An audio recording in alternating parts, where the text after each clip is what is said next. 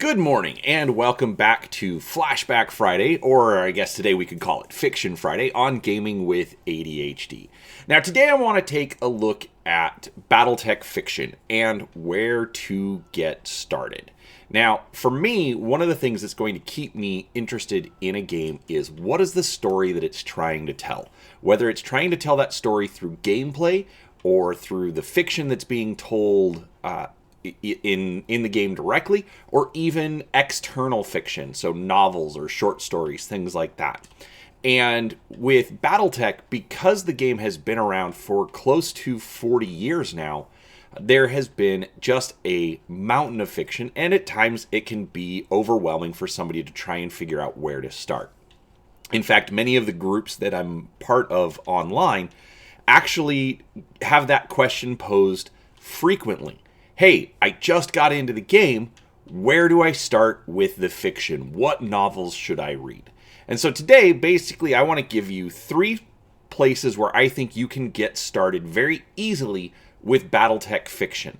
And most of this is going to focus on some of the older novels that came out in the 80s, 90s, and early 2000s.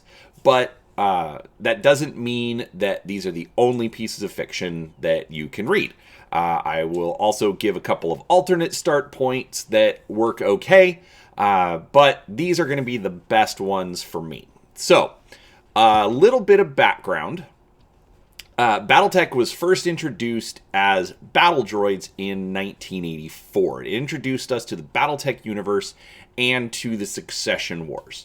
In the rulebook, there were 6 pages of background information. So a little bit of information about the 5 major houses, and a little bit of the history and why the Battletech universe existed as it did. Now, a year later, we got the second edition of the rules, and that 6 pages of background had been expanded into 10 pages of background information. Now, I will admit, because of when I came into the game, I have never read this particular fiction, but the way the game has grown, I guarantee you I've read parts of that fiction in other sources. Now, the first novel came out in 1986. That was Decision at Thunder Rift by William H. Keith Jr., and that sets the setting of Battletech as approximately 3024. Okay, so approximately 1,000 years in the future from now.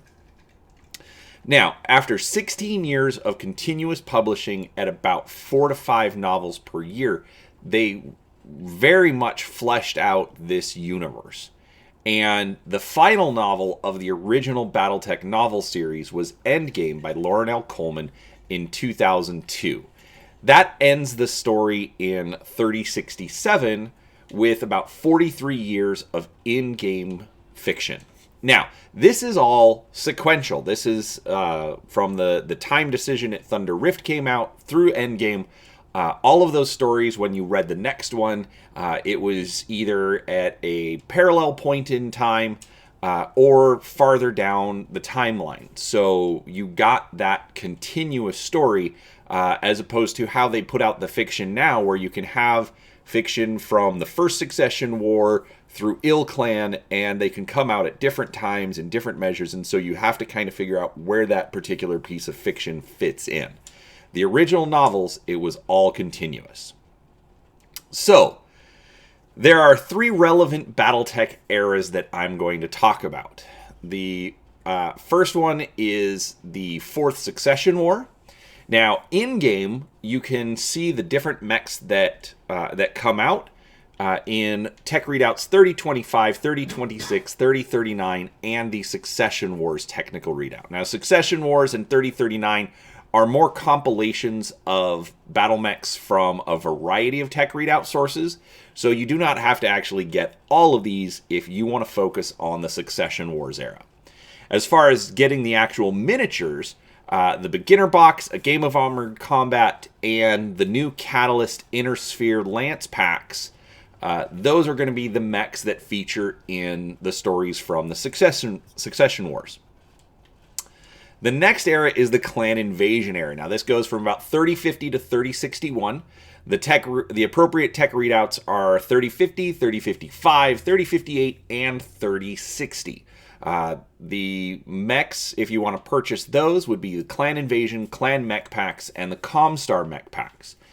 Now, some of those eras, as you get later into the Clan Invasion era, a lot of those mechs are not going to be available yet.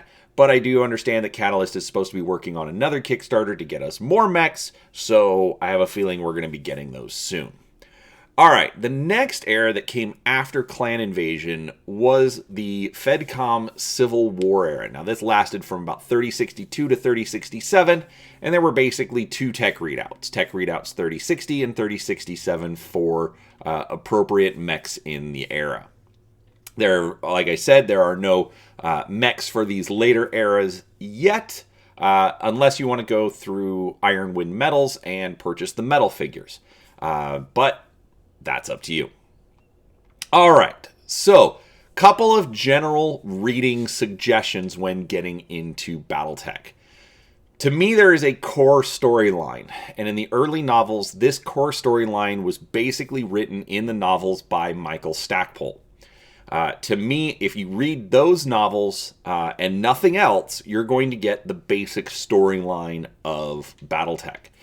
You're obviously going to miss a lot of details because there are books from different factions. The core storyline focuses on House Steiner-Davian and Clan Wolf, whereas other novels you'll see stories from House Kurita or Clan Jade Falcon or House Lao. So reading all of the novels gives you the breadth of the universe, but if you just want to focus on the core storyline from how we got where we were to where we are now, that's that core storyline, which initially was written by Michael Stackpole. Now, after Prince of Havoc, which was the last Battletech novel in the original storyline, the core story was picked up by Lauren L. Coleman. So if you read any of the Lauren Coleman novels, that's going to continue that core storyline after Prince of Havoc. Prince of Havoc is one of the last books in the Twilight of the Clans series, which we'll talk about here in a minute. Now, the story Endgame, that completes the original storyline. Endgame was the last novel produced in the original Battletech series. Now, like I said, other novels will fill in extra details. So if you want stories about different mercenary companies like the Grey Death Legion or Wolf's Dragoons, you're going to want to pick up some of the extra novels because while they may feature in some of the core storyline novels, they are usually supporting characters. Now, there are other eras in the Battletech universe. There is the Star League era. There's the Ill Clan era. There's the Jihad, the Dark Age. But those stories don't always come out sequentially. There is a series of Dark Age novels, but the Dark Age saga comes about 70 years after Endgame. So there is a large gap, and Catalyst Game Labs has been working to fill those stories in over time. The current era is Ill Clan, but there are only 2 novels so far, both of which have been written by Blaine Pardoe. Those 2 novels are Hour of the Wolf and No Substitute for Victory. Now, the first saga that I want to talk about, starting in the Succession Wars. To me, the starting point here is the Warrior Trilogy by Michael Stackpole. In this series of 3 books, Warrior En Garde, Warrior Riposte, and Warrior Coup, these novels give us a few key events. First is the courtship and marriage of Hans Davian and Melissa Steiner, and the founding of the Federated Commonwealth. So they take their 2 houses, their 2 nations, and make them one giant nation. It also introduces most of the Inner Sphere factions. You have a lot of information of what's happening with House Lao and their conflicts with House Davian, and then also appearances by House Kurita. Now, unfortunately, in my opinion, House Merrick is almost never touched on in the early novels. Not never, but it's very, very infrequent, so they don't show up as much, but basically most of the houses do appear in these early novels. Now, the second starting point would be the clan invasion era, and the books that I would recommend for that is the Blood of Kerensky trilogy. Now, in reality, these books only came out just a couple of years after the original Warrior trilogy was complete. Basically, they went from the Fourth Succession War straight into the clan invasion. So there's not a lot of fiction just in the Succession Wars era. And we really jump into it with these novels: Lethal Heritage, Blood Legacy, and Lost Destiny. These are, again, all written by Michael Stackpole and basically tell the early days of the clan invasion. It introduces the invading clans. It introduces a new nation, the Free Rosselhog Republic, and mostly this set of books focuses on Clan Wolf and House Steiner-Davian, with appearances by other clans and other nations as they deal with this external threat to the Inner Sphere. The clan invasion era, or the Blood of Kerensky trilogy, I should say, does end with the defeat of the clans at the Battle of Tukid, effectively starting a truce where the clans are not allowed to progress beyond a line. And so it sets up basically the next few years of novels. The Battle of Tukid, I believe, happens around 3052. So with this era going up to about 3060, you have a lot of novels coming after of, kind of brush wars and things like that. Just really expanding and developing the different factions within Battletech. All right.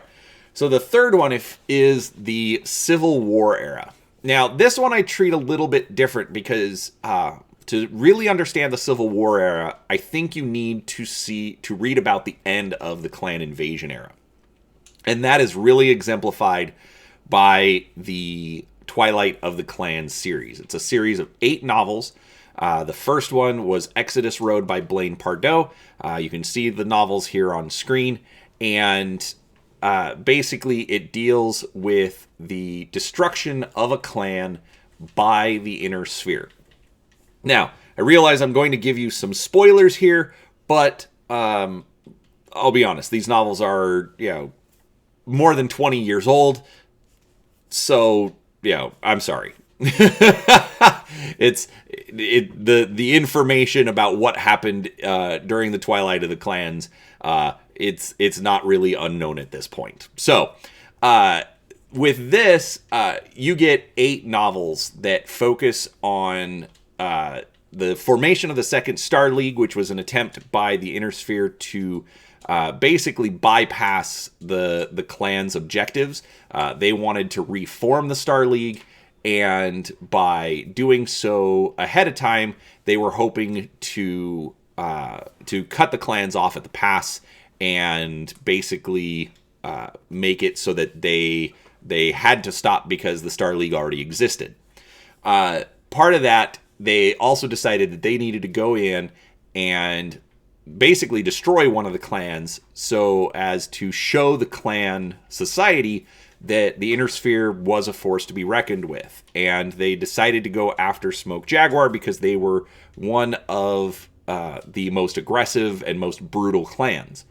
So they did that in 2 parts. They tell the story of Operation Bulldog, which is where the Inner Sphere goes and reconquers all of the planets that Smoke Jaguar took in the Inner Sphere. The second part is Task Force Serpent. Basically, it is a secret task force sent from the Inner Sphere to the clan homeworlds and to destroy Clan Smoke Jaguar in the clan homeworld space. So, the series ends with the Trial of Refusal on Strana Mekti, where the Inner Sphere defeats all of the clans on their own terms, and thus ending the clan invasion.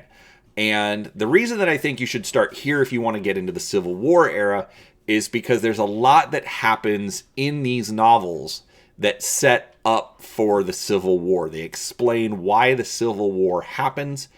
A lot of things actually get laid out earlier than the Twilight of the Clans, but you really see a lot of the seeds that were laid down come to fruition here, and it really starts the Civil War era. So I think this is a really good starting point. On top of that, I really like this series because you do get a variety of authors telling a bunch of stories that all, come together to tell one bigger whole. And I think they do it very, very well. So I did mention a couple of alternative starting points. Alternatively, you can start with the MechWarrior Dark Age novels. That picks up with the series in 3132, lasting until 3149. Which also sets us up for the Ill Clan era, which unfortunately, like I said, only has 2 novels at this point. You can also start with the saga of the Grey Death Legion. Decision at Thunder Rift, the first novel that I mentioned, that is the very beginning of the Battletech saga, and you can also start there and just start reading in sequential order. There are lots of lists on sarna.net. You can just do a Google search for Battletech reading order, and you'll be able to find a good list of what order the Battletech novels came out, so you can just start at the beginning. Another good point is the Jade Phoenix trilogy. This came out around the same time as the Blood of Kerensky trilogy, but it tells the clan invasion from the perspective of Clan Jade Falcon instead of Clan Wolf. So basically you get a different perspective. And then on top of that, you can just start with whatever book you can get your hands on. Don't worry about the particular order. Just like, oh, there's a Battletech book, I'm going to start reading. I know a lot of people that don't necessarily read a series in order. That's not me. But go with whatever you can get your hands on. Now, you can purchase the fiction in a variety of places. You can get digitally from Catalyst Game Labs. You can get it on your Amazon Kindle. I'll be honest, that's what I use because I like how it bookmarks and saves my location. You can also get it on Drive-Thru RPG and Drive-Thru Fiction, which I will have links to down below. The Drive-Thru RPG links, those are affiliate links, so I do get a little bit of credit if you use them, but obviously use whatever is going to be best for you. So, with that said, overall, to me, Battletech is one of the strongest stories in gaming, period. They've developed it for so long, like I said, almost 40 years now, that there are lots of great stories, stories for multiple factions, so it's not trying to focus on just one particular character or set of characters, and it's absolutely involved. I have loved these stories since I was a kid, and a friend in high school loaned them to me because I had no idea that there was more to Battletech than just some cardboard cutouts of big stompy robots. Regardless, it's a lot of fun. It's a lot of enjoyment that I've enjoyed for most of my life, and I hope I've at least given you some good start points to go off of if you choose to jump into these stories as well. So with that said, I do hope you enjoyed the video. If you did, please give it a like. Also, subscribe to the channel. I keep trying to get new content out at least a couple of times a week, if not every day. I've got all sorts of different ideas. So, come along and let's talk about all sorts of different games. And regardless, I appreciate your time. Thank you for watching, and we'll talk to you next time. Bye.